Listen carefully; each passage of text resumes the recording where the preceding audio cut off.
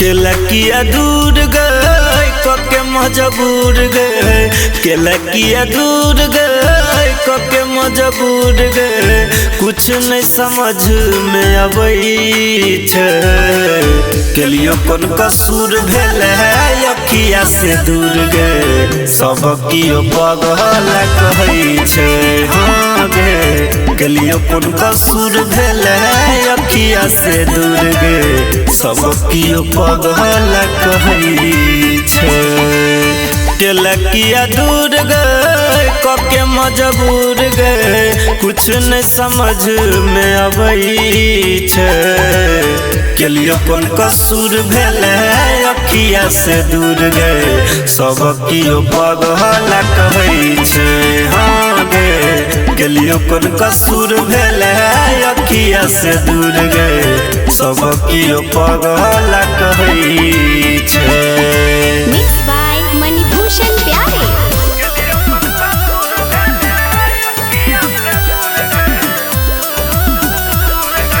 Music by DJ Umesh Shukipur बाजार।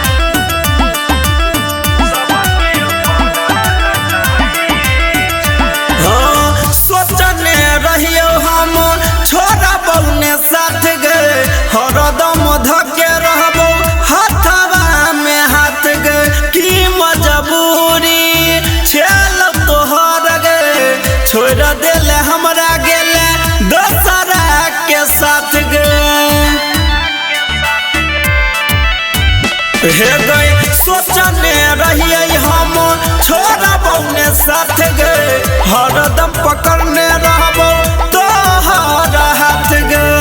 की मजबूरी छेल तोहर गए, छोड़ के हमरा गेले दोसरा के साथ गए। केने रही वादा बदल इरादा, कुछ नहीं समझ में अबई छे, केलियो कौन कसूर भेल है अखिया से दूर गए। सब कियो पगल कहै छे गे जान, केलियो कौन कसूर भेल है अखिया से दूर गए। सब कियो पगल कहै छे।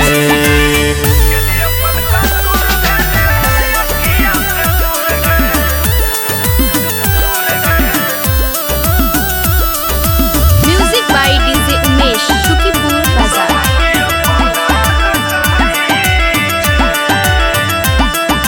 हे गए हमारा छोड़ के रहबे नहीं खुश गए, जेना है छे दुख हमरा हे तौने सुख गए। चिंता सते तो याद बड़िए तो, जेना कनै छे हमरा तोरो कने तो।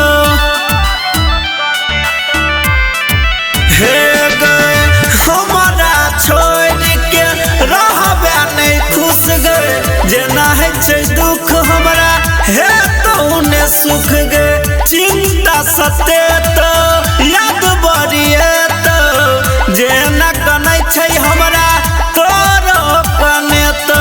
सहदेव मिंटू के छोड़ के अकेला, कुछ नहीं समझ में अबई छे, केलियो कौन कसूर भेल है अखिया से दूर गए। सब कियो पगल कहै छे गे जान, केलियो कौन कसूर भेल है अखिया से दूर गए। सब कियो पगल कहै छे।